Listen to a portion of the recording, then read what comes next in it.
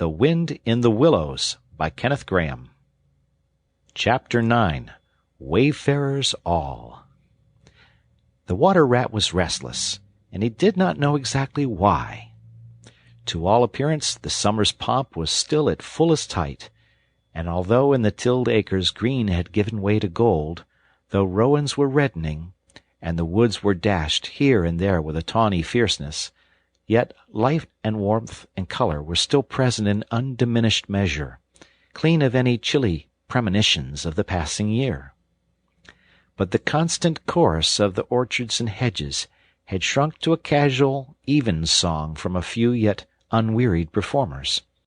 The robin was beginning to assert himself once more, and there was a feeling in the air of change and departure. The cuckoo, of course, had long been silent, but many another feathered friend, for months a part of the familiar landscape and its small society, was missing too, and it seemed that the ranks thinned steadily day by day. Rat, ever an observer of all winged movement, saw that it was taking daily a southing tendency, and even as he lay in bed at night, he thought he could make out, passing in the darkness overhead, the beat and quiver of impatient pinions, obedient to the peremptory call. Nature's grand hotel has its season like the others. As the guests one by one pack, pay, and depart, and the seats at the table d'hôte shrink pitifully at each succeeding meal. As suites of rooms are closed, carpets taken up, and waiters sent away, those boarders who are staying on en pension until the next year's full reopening cannot help being somewhat affected by all those flittings and farewells, the eager discussion of plans, routes, and fresh quarters, this daily shrinkage in the stream of comradeship. One gets unsettled, depressed, and inclined to be querulous. Why this craving for change? Why not stay on quietly here, like us, and be jolly? You don't know this hotel out of season, and what fun we have ourselves, we fellows who remain and see the whole interesting year out. All very true, no doubt the others always reply. We quite envy you. And some other year, perhaps. But just now we have engagements. And there's the bus at the door. Our time is up. So they depart, with a smile and a nod, and we miss them, and feel resentful. The rat was a self-sufficing sort of animal, rooted to the land, and whoever went, he stayed. Still, he could not help noticing what was in the air, and feeling some of its influence in his bones. It was difficult to settle down to anything seriously with all this flitting going on. Leaving the waterside, where rushes stood thick and tall in a stream that was becoming sluggish and low, he wandered countrywards, crossed a field or two of pasturage already looking dusty and parched, and thrust into the great sea of wheat, yellow, wavy, and murmurous, full of quiet motion and small whisperings. Here he loved often to wander, through the forest of stiff, strong stalks that carried their own golden sky away over his head, a sky that was always dancing, shimmering, softly talking, or swaying strongly to the passing wind, and recovering itself with a toss and a merry laugh. Here, too, he had many small friends, a society complete in itself, leading full and busy lives, but always with a spare moment to gossip and exchange news with a visitor. Today, however, though they were civil enough, the field mice and harvest mice seemed preoccupied. Many were digging and tunneling busily. Others, gathered together in small groups, examined plans and drawings of small flats, stated to be desirable and compact, and situated conveniently near the stores. Some were hauling out dusty trunks and dress baskets. Others were already elbow-deep packing their belongings, while everywhere piles and bundles of wheat, oats, barley, beech-mast, and nuts lay about ready for transport. "Here's old Ratty," they cried as soon as they saw him. "Come and bear a hand, Rat, and don't stand about idle. "What sort of games are you up to?" said the water rat severely. "You know it isn't time to be thinking of winter quarters yet, by a long way." "Oh, yes, we know that," explained a field mouse rather shamefacedly.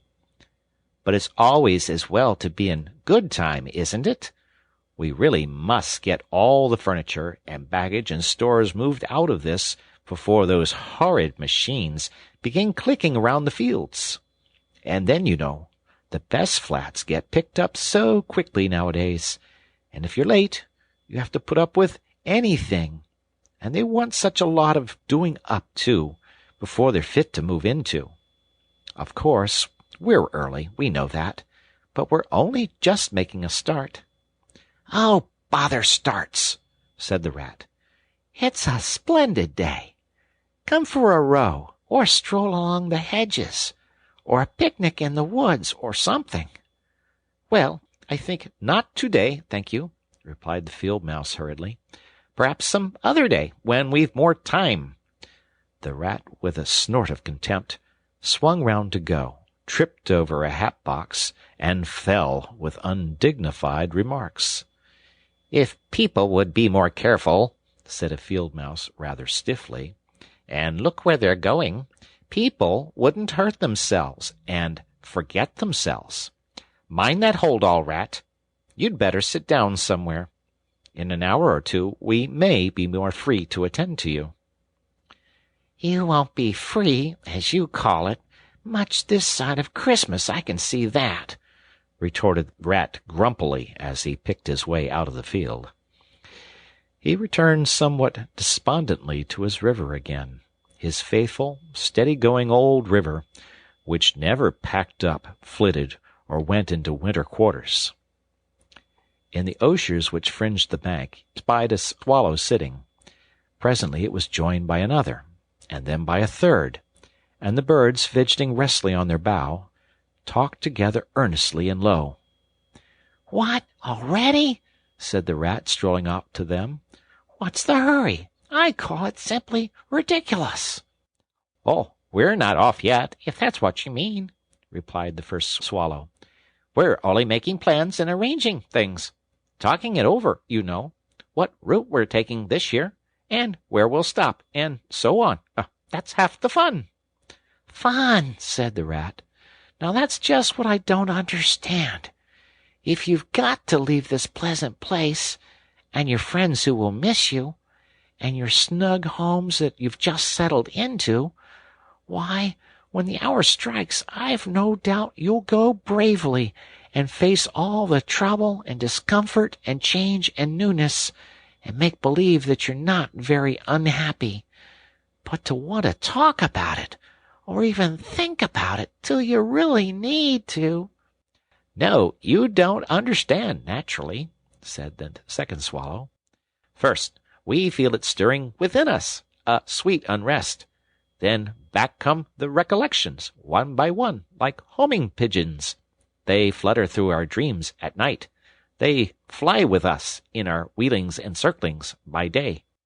We hunger to inquire of each other, to compare notes, and assure ourselves that it all is really true, as one by one the scents and sounds and names of long-forgotten places come gradually back and beckon to us." "Couldn't you stop on for just this year?" suggested the water rat wistfully. "We'll all do our best to make you feel at home. You've no idea what good times we have here while you are far away." "I tried stopping on one year," said the third swallow. "I had grown so fond of the place that when the time came I hung back and let the others go on without me. For a few weeks it was all well enough, but afterwards, oh, the weary length of the nights, the shivering, sunless days, the air so clammy and chill, and not an insect in an acre of it. No, it was no good. My courage broke down, and one cold, stormy night I took wing, flying well inland on account of the strong easterly gales. It was snowing hard, as I beat through the passes of the great mountains, and I had a stiff fight to win through. But never shall I forget the blissful feeling of the hot sun again on my back as I sped down to the lakes that lay so blue and placid below me, and the taste of my first fat insect. The past was like a bad dream. The future was all happy holiday as I moved southwards week by week, easily, lazily, lingering as long as I dared, but always heeding the call. No, I've had my warning. Never again did I think of disobedience. "Oh, yes, the call of the South, of the South," twittered the other two dreamily. "Its songs, its hues, its radiant air. Oh, do you remember?" And forgetting the rat, they slid into passionate reminiscence, while he listened fascinated, and his heart burned within him.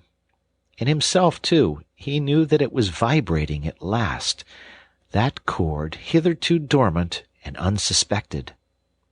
The mere chatter of those southern-bound birds, their pale and second-hand reports, had yet power to awaken this wild new sensation and thrill him through and through with it. What would one moment of the real thing work in him? One passionate touch of the real southern sun, one waft of the authentic odor. With closed eyes he dared to dream a moment in full abandonment, and when he looked again, the river seemed steely and chill, the green fields gray and lightless.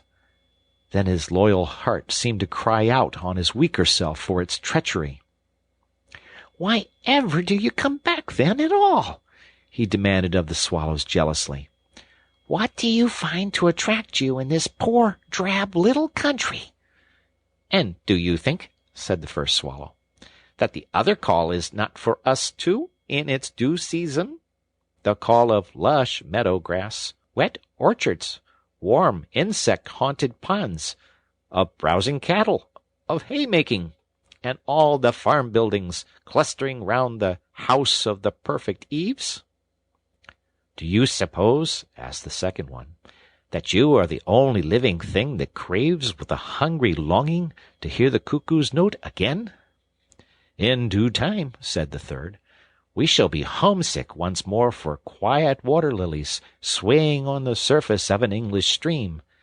But today all that seems pale and thin and very far away. Just now our blood dances to other music."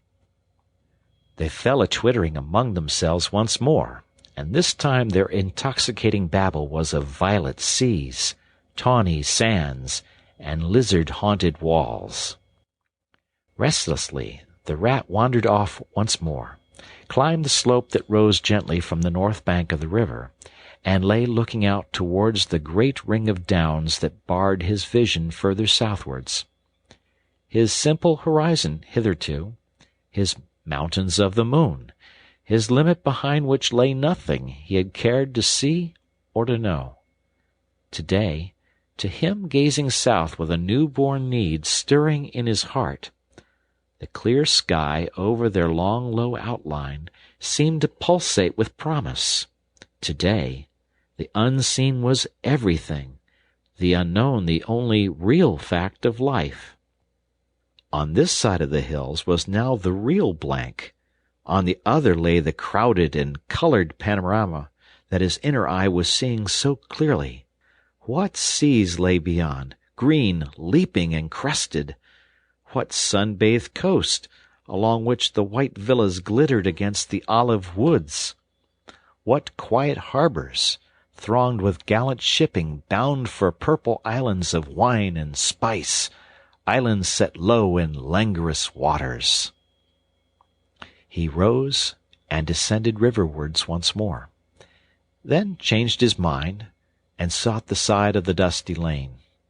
There, lying half buried in the thick, cool underhedge tangle that bordered it, he could muse on the metalled road, and all the wondrous world that it led to, on all the wayfarers, too, that might have trodden it, and the fortunes and adventures They had gone to seek, or found unseeking, out there, beyond, beyond. Footsteps fell on his ear, and the figure of one that walked somewhat wearily came into view, and he saw that it was a rat, and a very dusty one. The wayfarer, as he reached him, saluted with a gesture of courtesy that had something foreign about it, hesitated a moment, then with a pleasant smile turned from the track and sat down by his side in the cool herbage. He seemed tired, and the rat let him rest unquestioned, understanding something of what was in his thoughts, knowing, too, the value all animals attach at times to mere silent companionship, when the weary muscles slacken and the mind marks time. The wayfarer was lean and keen-featured, and somewhat bowed at the shoulders. His paws were thin and long, his eyes much wrinkled at the corners, and he wore small gold earrings in his neatly set, well-shaped ears. His knitted jersey was of a faded blue. His breeches, patched and stained, were based on a blue foundation, and his small belongings that he carried were tied up in a blue cotton handkerchief. When he had rested a while, the stranger sighed, snuffed the air, and looked about him. "That was clover, that warm whiff on the breeze," he remarked. "And those are cows we hear cropping the grass behind us, and blowing softly between mouthfuls. There is a sound of distant reapers, and yonder rises a blue line of cottage smoke against the woodland. The river runs somewhere close by, for I hear the call of a moor-hen, and I see by your build that you're a fresh-water mariner. Everything seems asleep, and yet going on all the time. It is a goodly life that you lead, friend, no doubt the best in the world, if only you are strong enough to lead it." "Yes, it's the life, the only life to live," responded the water-rat dreamily, and without his usual whole-hearted conviction. "I did not say exactly that," replied the stranger cautiously, "but no doubt it's the best. I've tried it, and I know. And because I've just tried it, 6 months of it, and know it's the best, here am I, footsore and hungry, tramping away from it, tramping southward, following the old call, back to the old life, the life which is mine and which will not let me go."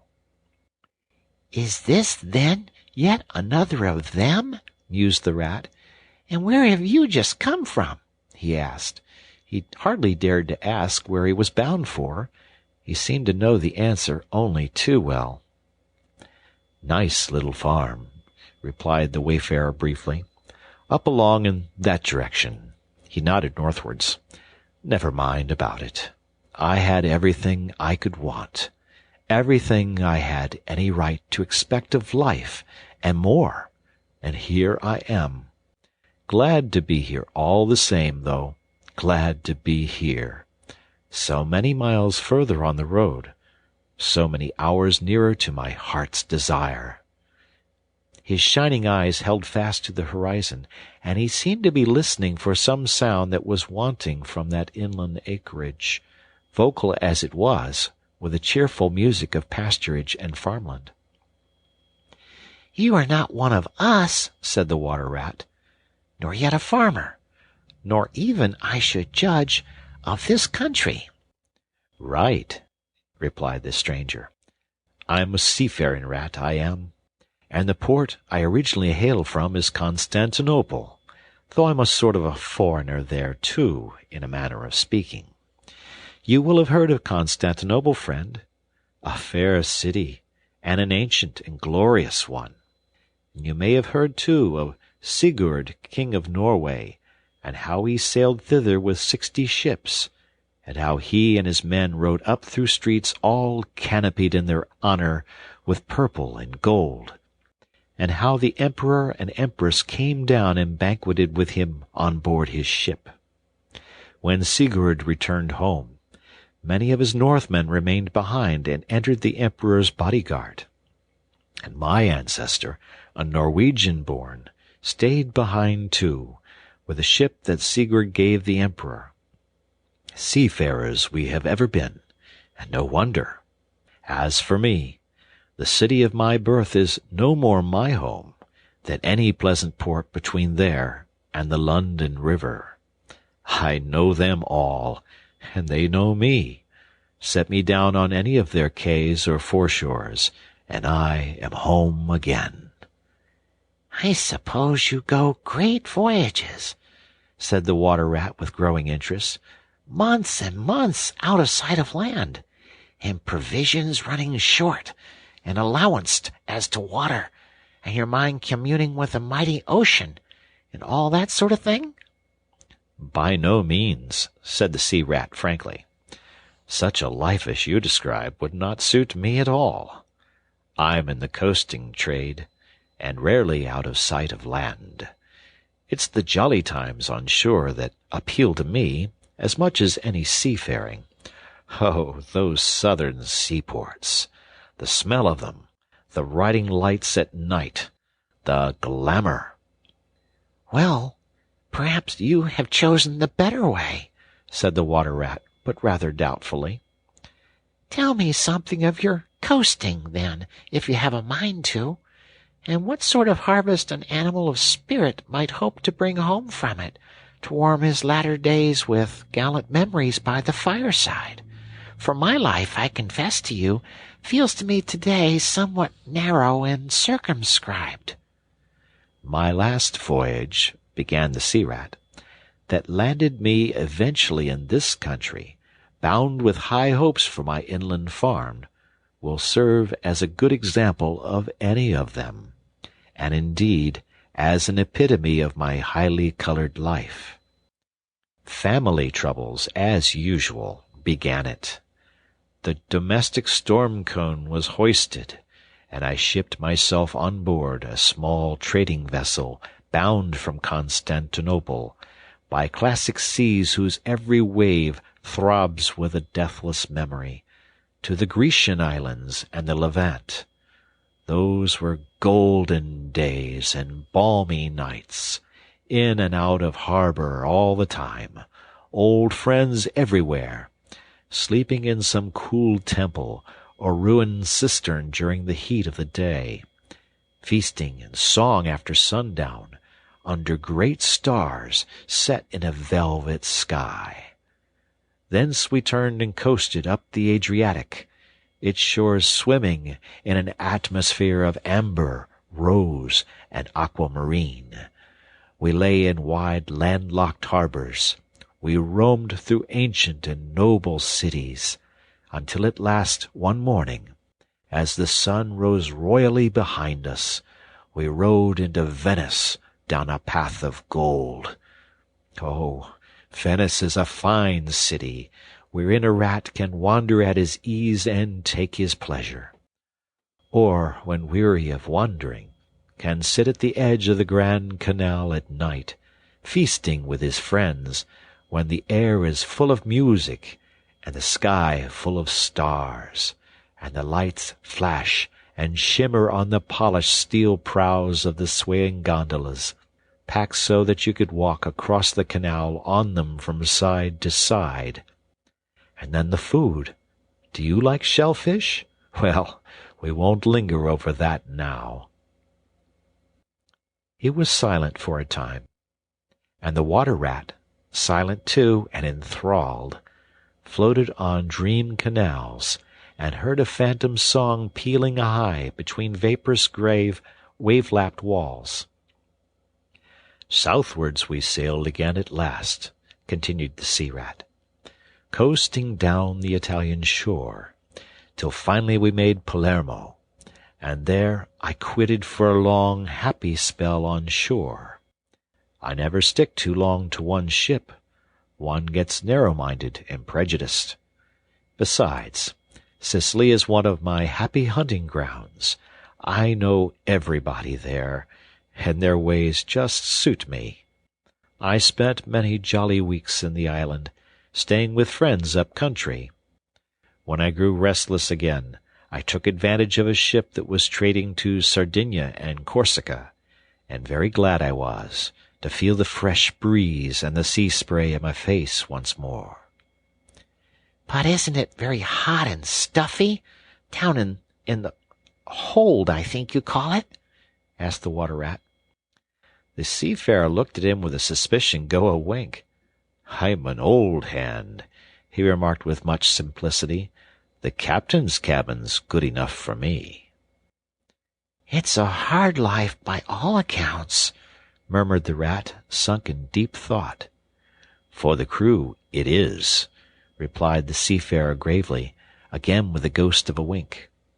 "From Corsica," he went on, "I made use of a ship that was taking wine to the mainland. We made a lasso in the evening, lay to, hauled up our wine casks, and hove them overboard, tied one to the other by a long line.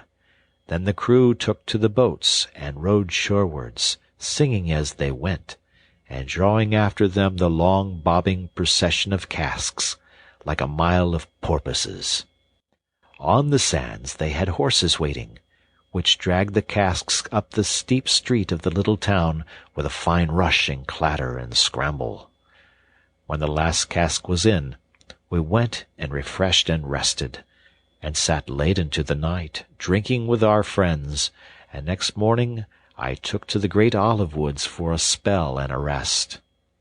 For now I had done with islands for the time, and ports and shipping were plentiful, so I led a lazy life among the peasants, lying and watching them work, or stretched high on the hillside, with the blue Mediterranean far below me, and so at length, by easy stages, and partly on foot, partly by sea, to Marseilles, and the meeting of old shipmates, and the visiting of great ocean-bound vessels, and feasting once more. Talk of shellfish! Why, sometimes I dream of the shellfish of Marseilles, and wake up crying.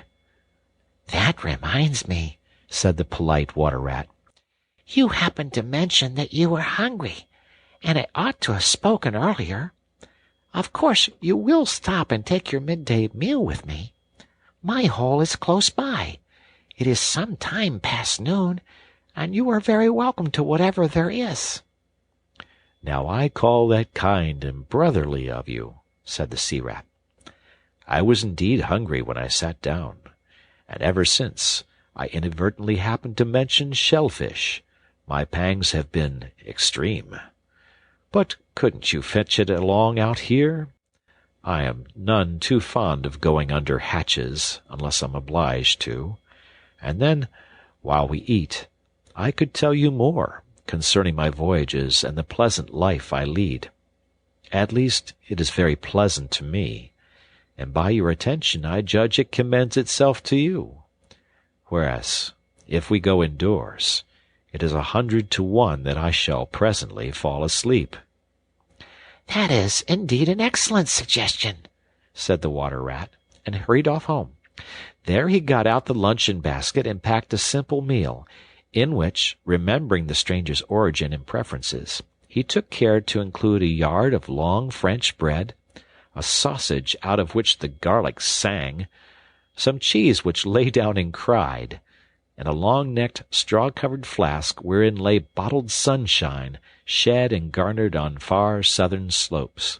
Thus laden, he returned with all speed, and blushed for pleasure at the old seaman's commendations of his taste and judgment, as together they unpacked the basket and laid out the contents on the grass by the roadside.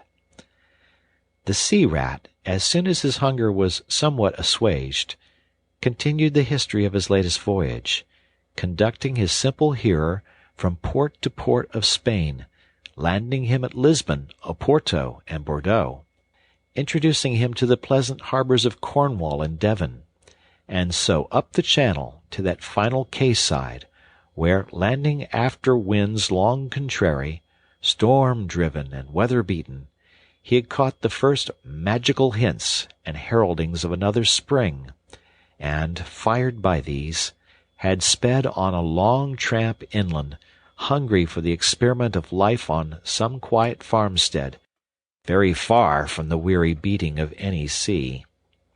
Spellbound and quivering with excitement, the water-rat followed the adventurer league by league, over stormy bays, through crowded roadsteads, across harbor bars on a racing tide, up winding rivers that hid their busy little towns round a sudden turn, and left him with a regretful sigh, planted at his dull inland farm, about which he desired to hear nothing.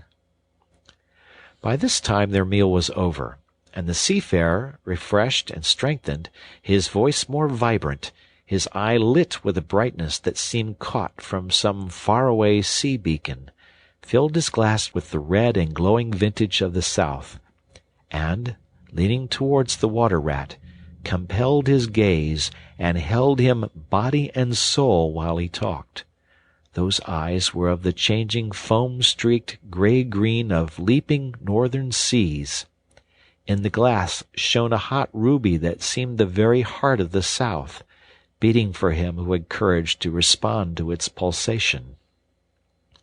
The twin lights, the shifting gray and the steadfast red, mastered the water-rat and held him bound, fascinated, powerless. The quiet world outside their rays receded far away and ceased to be, and the talk, the wonderful talk, flowed on. Or was it speech entirely? Or did it pass at times into song, chanty of the sailors weighing the dripping anchor, sonorous hum of the shrouds in a tearing northeaster, ballad of the fisherman hauling his nets at sundown against an apricot sky, chords of guitar and mandolin from gondola or caique? Did it change into the cry of the wind, plaintive at first, angrily shrill as it freshened, rising to a tearing whistle, sinking to a musical trickle of air from the leach of the bellying sail? All these sounds the spellbound listener seemed to hear, and with them the hungry complaint of the gulls and the sea-mews, the soft thunder of the breaking wave, the cry of the protesting shingle. Back into speech again it passed, and with beating heart he was following the adventures of a dozen seaports, the fights, the escapes, the rallies, the comradeships, the gallant undertakings. Or he searched islands for treasure, fished in still lagoons, and dozed day long on warm white sand. Of deep-sea fishings he heard tell, and mighty silver gatherings of the mile-long net, of sudden perils, noise of breakers on a moonless night, or the tall bows of the great liner taking shape overhead through the fog, of the merry homecoming, the headland rounded, the harbor lights opened out, the groups seen dimly on the quay, the cheery hail, the splash of the hawser, the trudge up the steep little street towards the comforting glow of red-curtained windows. Lastly, in his waking dream, it seemed to him that the adventurer had risen to his feet, but was still speaking, still holding him fast with his sea-gray eyes. "And now," he was softly saying, "I take to the road again, holding on southwestwards for many a long and dusty day, till at last I reach the little grey sea-town I know so well, that clings along one steep side of the harbor. There through dark doorways you look down flights of stone steps, overhung by great pink tufts of valerian and ending in a patch of sparkling blue water. The old boats that lie tethered to the rings and stanchions of the old sea-wall are gaily painted as those I clambered in and out of in my own childhood.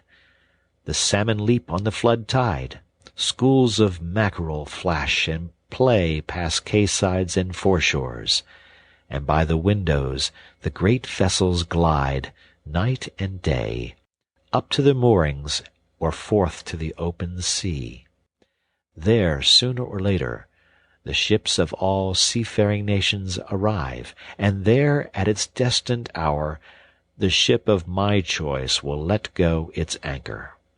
I shall take my time, I shall tarry and bide, till at last the right one lies waiting for me, warped out into mid-stream, loaded low, her bowsprit pointing down harbor.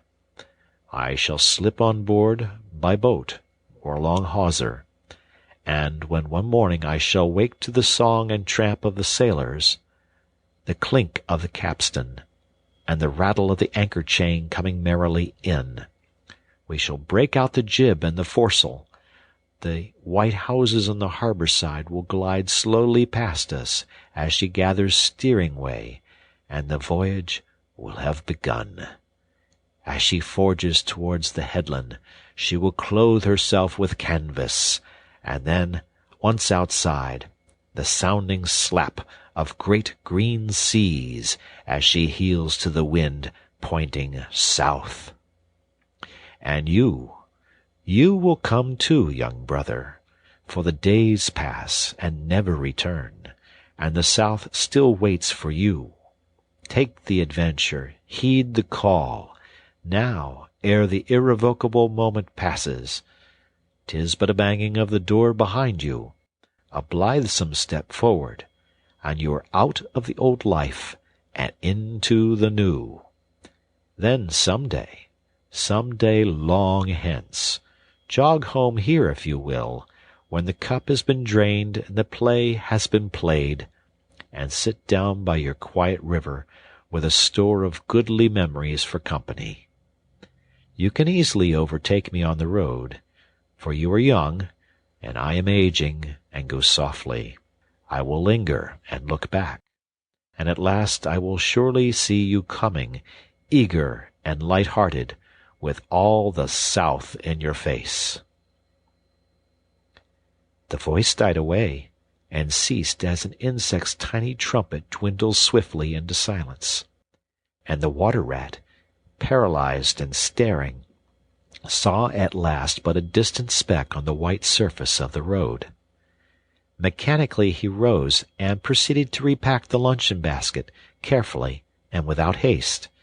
Mechanically he returned home, gathered together a few small necessaries and special treasures he was fond of, and put them in a satchel, acting with slow deliberation, moving about the room like a sleep-walker, listening ever with parted lips.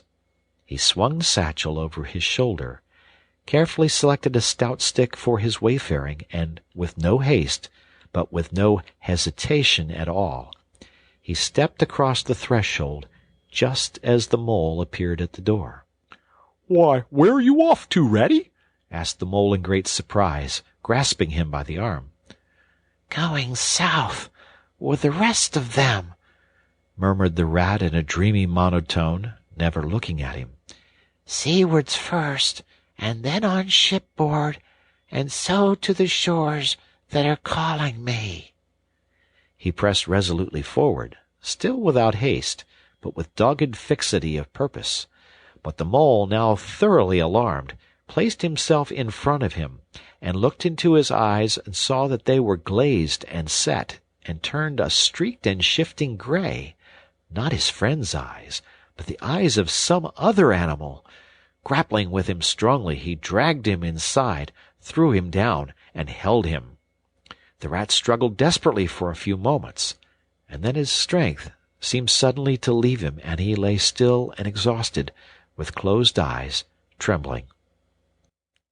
Presently the mole assisted him to rise and placed him in a chair, where he sat collapsed and shrunken into himself, his body shaken by a violent shivering, passing in time into an hysterical fit of dry sobbing. Mole made the door fast, threw the satchel into a drawer and locked it, and sat down quietly on the table by his friend, waiting for the strange seizure to pass. Gradually the rat sank into a troubled doze, broken by starts and confused murmurings of other things strange and wild and foreign to the unenlightened mole, and from that he passed into a deep slumber. Very anxious in mind, the mole left him for a time and busied himself with household matters. And it was getting dark when he returned to the parlour and found the rat where he had left him, wide awake indeed, but listless, silent, and dejected. He took one hasty glance at his eyes, found them, to his great gratification, clear and dark and brown again as before, and then sat down and tried to cheer him up, and help him to relate what had happened to him. Poor Ratty did his best by degrees to explain things, but how could he put into cold words what had mostly been suggestion? How recall, for another's benefit, the haunting sea voices that had sung to him? How reproduce at second hand the magic of the seafarer's 100 reminiscences? Even to himself, now the spell was broken and the glamour gone, he found it difficult to account for what had seemed, some hours ago, the inevitable and only thing. It is not surprising, then, that he failed to convey to the mole any clear idea of what he had been through that day. To the mole this much was plain. The fit or attack had passed away, and had left him sane again, though shaken and cast down by the reaction. But he seemed to have lost all interest for the time in things that went to make up his daily life, as well as in all pleasant forecastings of the altered days and doings that the changing season was surely bringing. Casually, then, and with seeming indifference, the mole turned his talk to the harvest that was being gathered in, and the towering wagons and their straining teams, the growing ricks, and the large moon rising over bare acres dotted with sheaves. He talked of the reddening apples around, of the browning nuts, of jams and preserves and the distilling of cordials, till by easy stages such as these he reached midwinter, its hearty joys and its snug home life, and then he became simply lyrical. By degrees the rat began to sit up and join in. His dull eye brightened, and he lost some of his listening air. Presently the tactful mole slipped away and returned with a pencil and a few half-sheets of paper, which he placed on the table at his friend's elbow. "It's quite a long time since you did any poetry," he remarked. "You might have a try at it this evening, instead of, brooding over things so much. I've an idea that you'll feel a lot better when you've got something jotted down, if it's only just the rhymes."